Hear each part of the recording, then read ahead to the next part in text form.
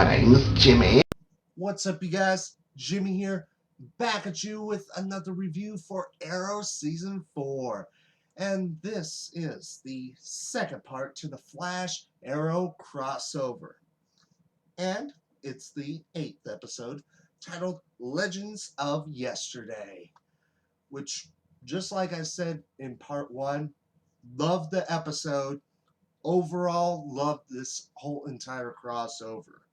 I mean, that feeling of it being two parts and, an ongoing story, reason for the two teams to sort of come together for one threat. So it's nice to see here. I have to say, I'm pretty sure everyone would agree with me. Anyone that is a fan of the shows. But here are some of the things that I loved from this episode.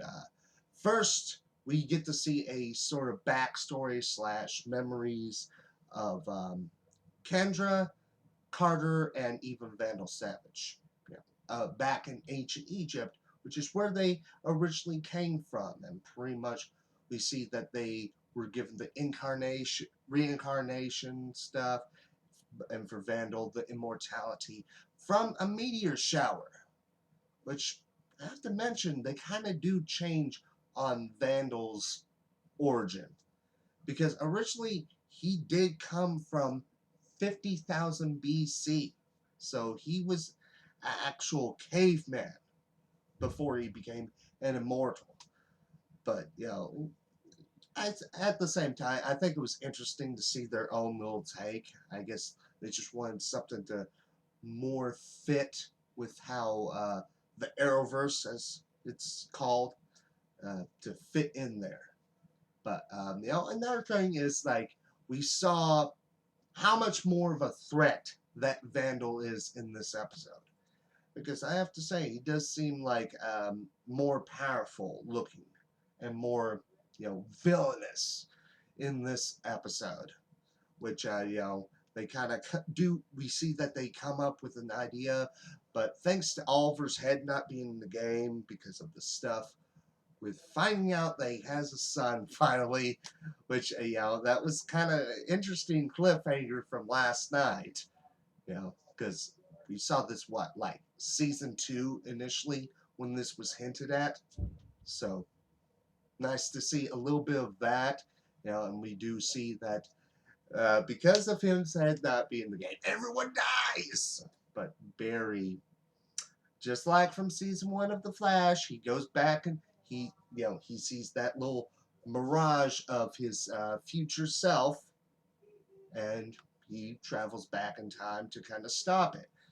But so far from this episode, we don't see any negatives come from time travel, because that's why Barry tries not to meddle with it, because it always bites him in the butt. Because that's kind of what it did last time. That's kind of what it did. So it was interesting to see all of that. But, overall, just like I said, love the episode. In terms of Easter eggs / references, the ones that caught my eye the most, one was the reference to Avengers Age of Ultron, which they're talking about cabin in the countryside. So I immediately got that because of the fact that I went and saw that movie in theaters, maybe a few days later. And another is the reference to the Nth Metal, which in the DC universe, it is a metal that comes from the planet from Thanagar, which is a planet where sort of where it originates from. So I immediately knew that, because when I was regularly reading comics, I did read Hawkman, which got a bad rep in New 52. I have to say that. So it was sort of difficult to kind of keep up because of how the story and the art style was in that comic. But let's get beside that. But the end of the episode, we see that Vandal is destroyed. Like, he's literally ashes.